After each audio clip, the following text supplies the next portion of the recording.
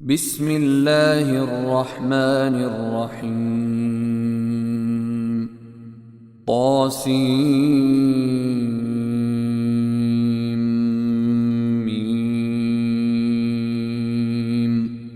تلك آيات الكتاب المبين نتلو عليك من نبأ موسى وفرعون بالحق لقوم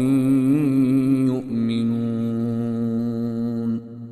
إن فرعون علا في الأرض وجعل أهلها شيعا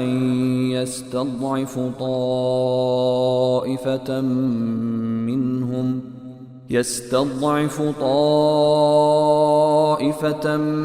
منهم يذبح أبناءهم ويستحيي نساءهم إنه كان من المفسدين ونريد أن نمن على الذين استضعفوا في الأرض ونجعلهم أئمة ونجعلهم الوارثين ونمكن لهم في الأرض ونري فرعون وهامان وجنودهما منهم ما كانوا يحذرون وأوحينا إلى موسى أن أرضعيه فإذا خفت عليه فألقيه في اليم ولا تخافي ولا تحزني إنا رادوه إليك وجاعلوه من المرسلين فالتقطه آل فرعون ليكون لهم عدوا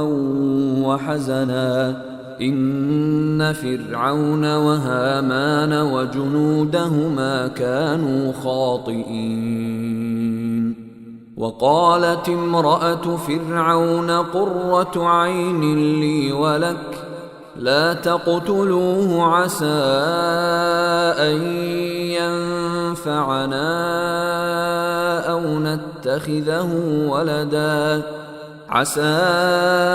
أن ينفعنا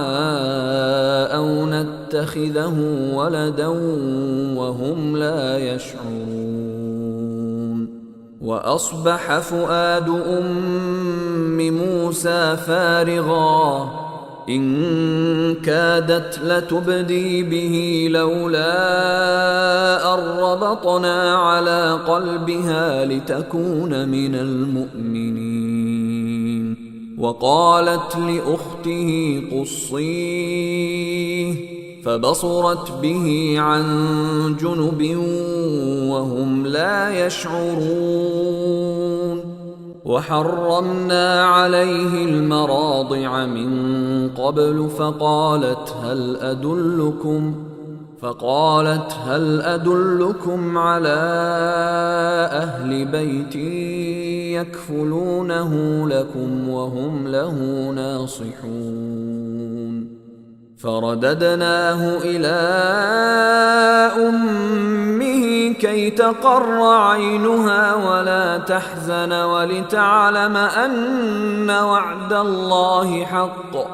ولتعلم أن وعد الله حق ولكن أكثرهم لا يعلمون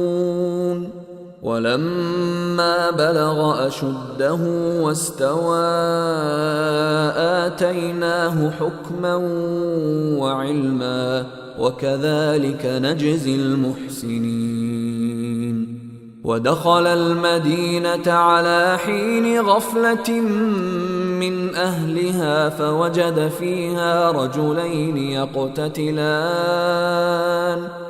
فوجد فيها رجلين يقتتلان هذا من شيعته وهذا من عدوه فاستغاثه الذي من شيعته على الذي من عدوه فوكزه موسى فقضى عليه. قال هذا من عمل الشيطان إنه عدو مضل مبين. قال رب إني ظلمت نفسي فاغفر لي فغفر له إنه هو الغفور الرحيم. قال رب بما أنعمت علي فلن أكون ظهيرا للمجرمين. فأصبح في المدينة خائفا يترقب فإذا الذي استنصره بالأمس يستصرخه. قال له موسى إنك لغوي مبين. فلما أن أراد أن يبطش بالذي هو عدو لهما قال يا موسى أتريد أن تقتلني كما قتلت نفسا بالأمس إن تريد إلا أن تكون جبارا في الأرض وما تريد أن تكون من المصلحين. وجاء رجل من أقصى المدينة يسعى قال يا موسى إن الملأ يأتمرون بك ليقتلوك فاخرج إني لك من الناصحين. فخرج منها خائفا يترقب قال رب نجني من القوم الظالمين. ولما توجه تلقاء مدين قال عسى ربي أن يهديني سواء السبيل. ولما ورد ماء مدين وجد عليه أمة من الناس يسقون ووجد من دونهم امرأتين تذودان. قال ما خطبكما قالتا لا نسقي حتى يصدر الرعاء وأبونا شيخ كبير. فسقى لهما ثم تولى إلى الظل فقال رب إني لما أنزلت إلي من خير فقير. فجاءته إحداهما تمشي على استحياء قالت إن أبي يدعوك ليجزيك أجر ما سقيت لنا. فلما جاءه وقص عليه القصص قال لا تخف نجوت من القوم الظالمين. قالت إحداهما يا أبت استأجره إن خير من استأجرت القوي الأمين. قال إني أريد أن أنكحك إحدى ابنتي هاتين على أن تأجرني 8 حجج فإن أتممت 10 فمن عندك وما أريد أن أشق عليك ستجدني إن شاء الله من الصالحين. قال ذلك بيني وبينك أيما الأجلين قضيت فلا عدوان علي والله على ما نقول وكيل. فلما قضى موسى الأجل وسار بأهله آنس من جانب الطور نارا قال لأهلهم كثوا إني آنست نارا لعلي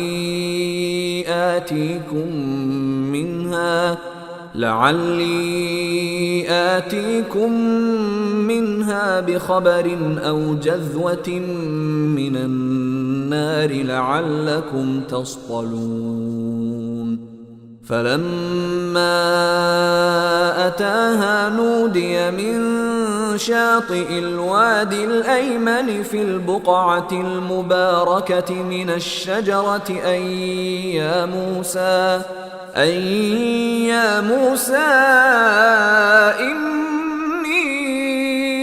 أنا الله رب العالمين وأن ألق عصاك. فلما رآها تهتز كأنها جان ولا مدبرا ولم يعقب يا موسى أقبل ولا تخف إنك من الآمنين. أسلك يدك في جيبك تخرج بيضاء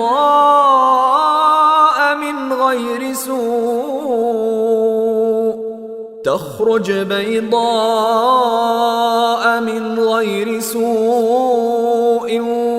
واضمم إليك جناحك من الرهب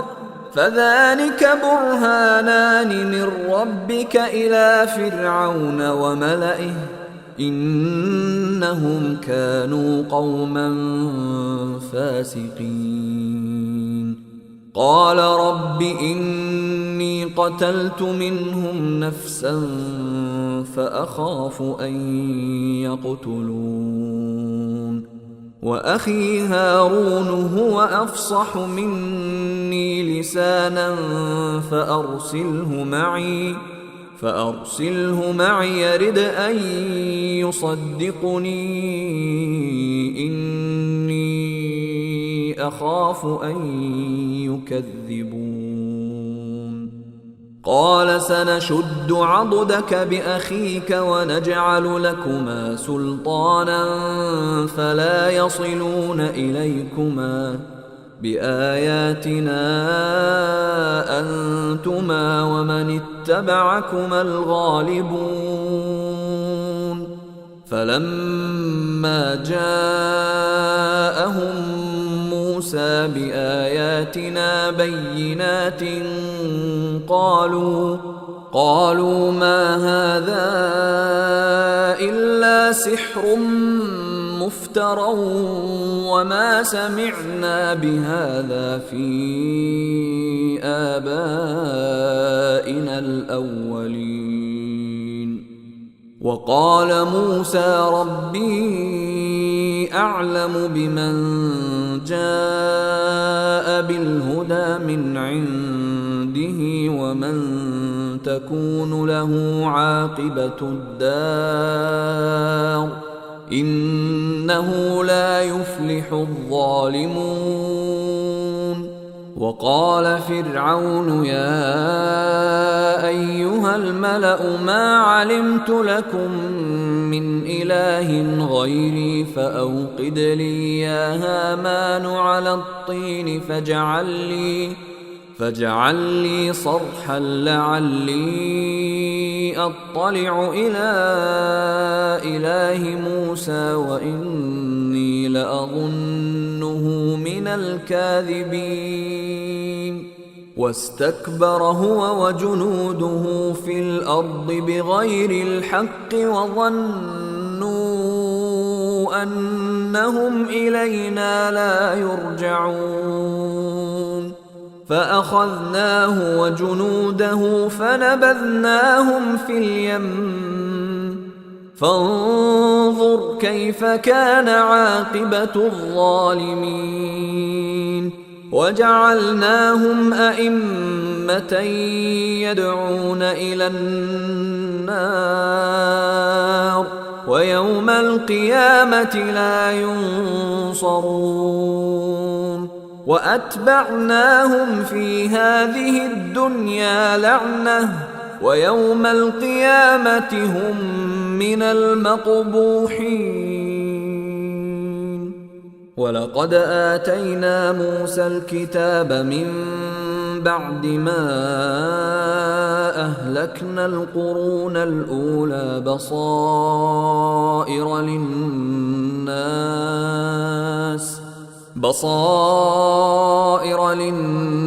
وهدى ورحمة لعلهم يتذكرون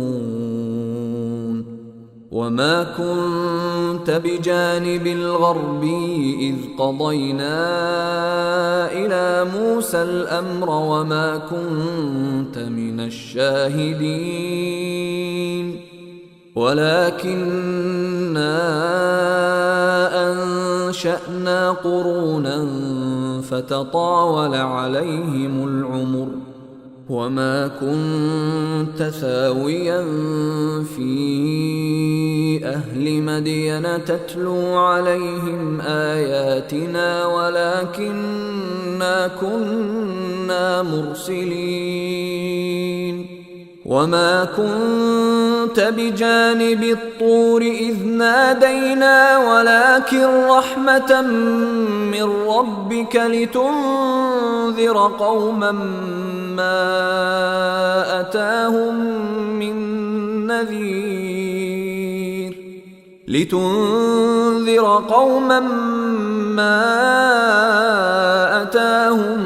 من نذير من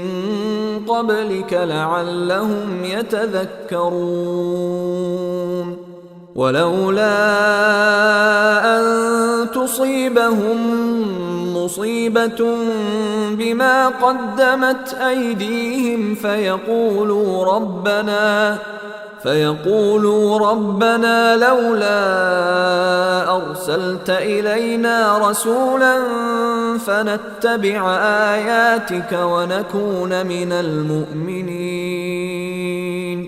فلما جاءهم الحق من عندنا قالوا لولا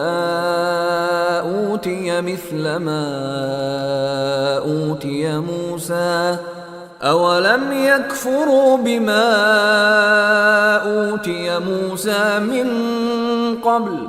قالوا سحران تظاهرا وقالوا إنا بكل كافرون قل فأتوا بكتاب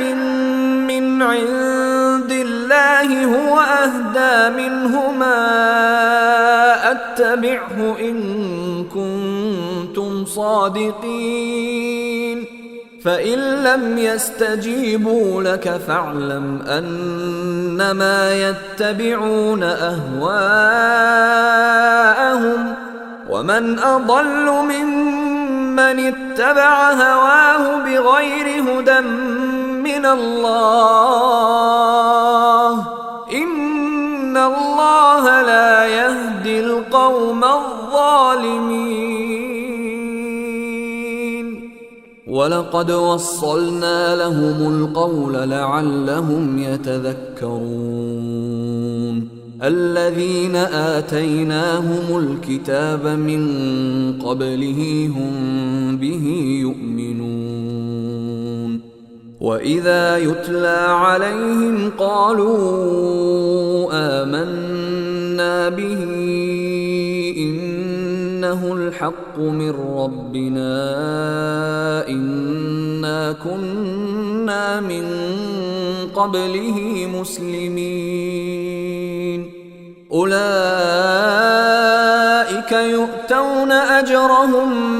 مرتين بما صبروا ويدرؤون بالحسنة السيئة ومما رزقناهم ينفقون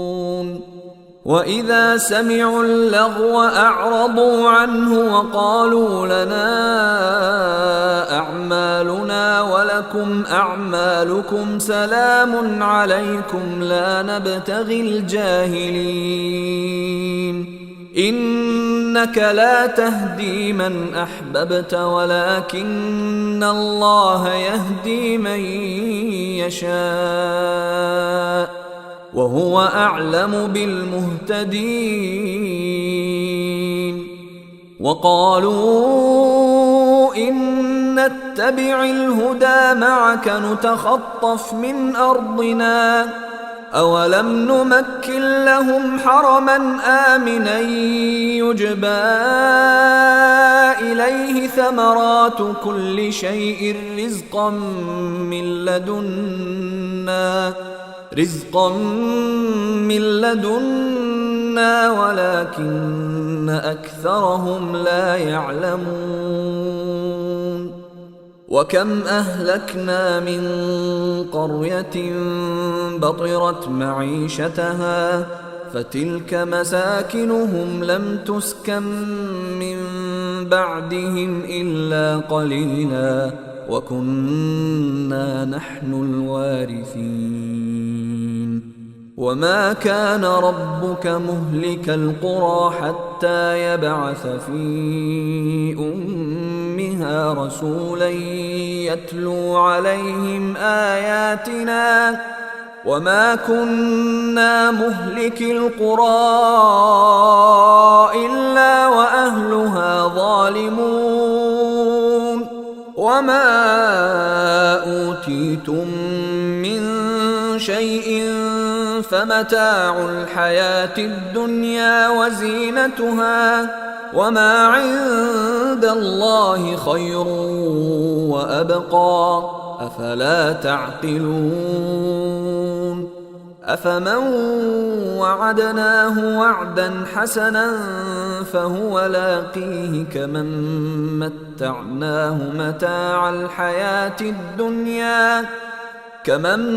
متعناه متاع الحياة الدنيا ثم هو يوم القيامة من المحضرين ويوم يناديهم فيقول أين شركائي الذين كنتم تزعمون قال الذين حق عليهم القول ربنا هؤلاء الذين أغويناهم كما غوينا تبرأنا إليك ما كانوا إيانا يعبدون وقيل ادعوا شركاءكم فدعوهم فلم يستجيبوا لهم ورأوا العذاب لو أنهم كانوا يهتدون ويوم يناديهم فيقول ماذا أجبتم المرسلين فعميت عليهم الأنباء يومئذ فهم لا يتساءلون فأما من تاب وآمن وعمل صالحا فعسى أن يكون من المفلحين وربك يخلق ما يشاء ويختار ما كان لهم الخيرة سبحان الله وتعالى عما يشركون وربك يعلم ما تكن صدورهم وما يعلنون وهو الله لا إله إلا هو له الحمد في الأولى والآخرة وله الحكم وإليه ترجعون قل أرأيتم إن جعل الله عليكم الليل سرمدا إلى يوم القيامة من إله غير الله يأتيكم بضياء أفلا تسمعون قل أرأيتم إن جعل الله عليكم النهار سرمدا إلى يوم القيامة من إله غير الله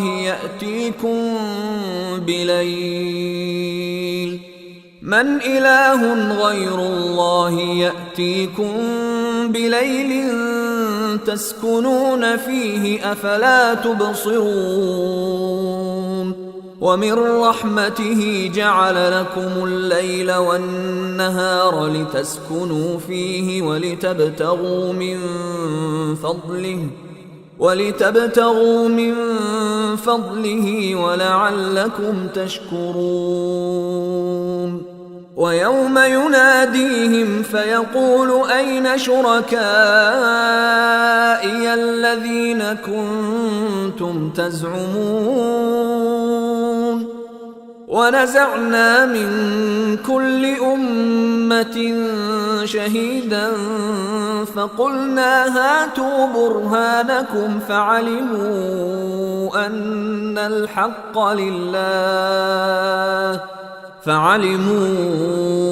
أن الحق لله وضل عنهم ما كانوا يفترون إن قارون كان من قوم موسى فبغى عليهم وآتيناه من الكنوز ما إن مفاتحه لتنوء بالعصبة أولي القوة إذ قال له قومه لا تفرح إن الله لا يحب الفرحين وابتغ فيما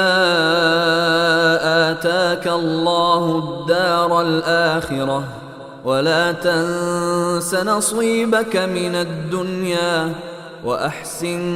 كما أحسن الله إليك ولا تبغ الفساد في الأرض إن الله لا يحب المفسدين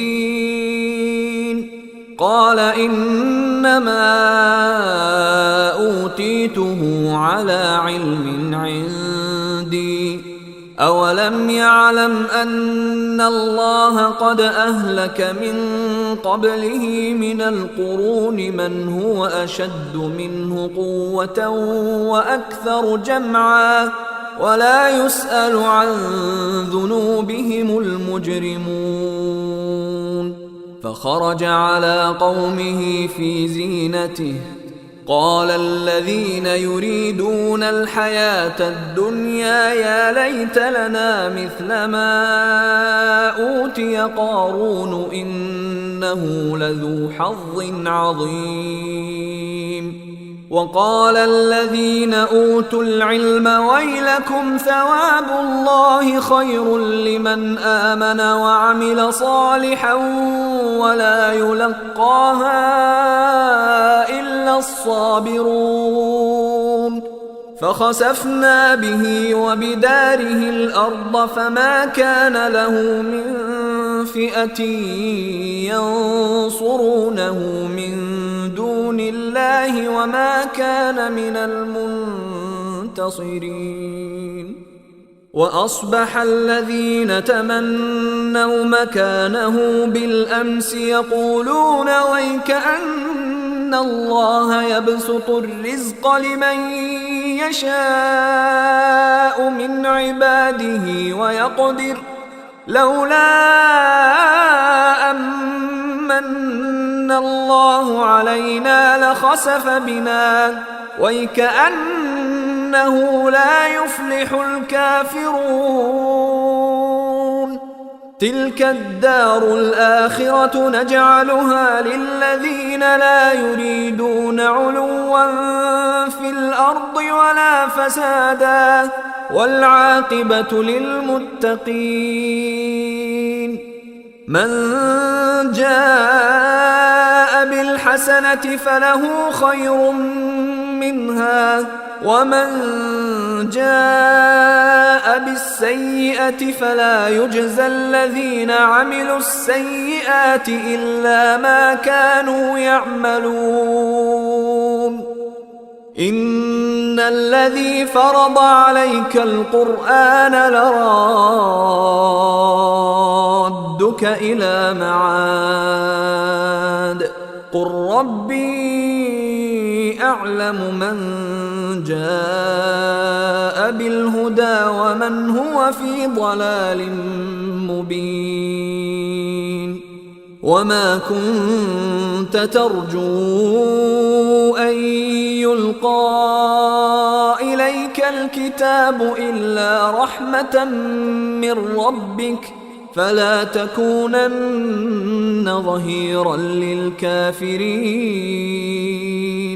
ولا يصدنك عن آيات الله بعد إذ أنزلت إليك وادع إلى ربك ولا تكونن من المشركين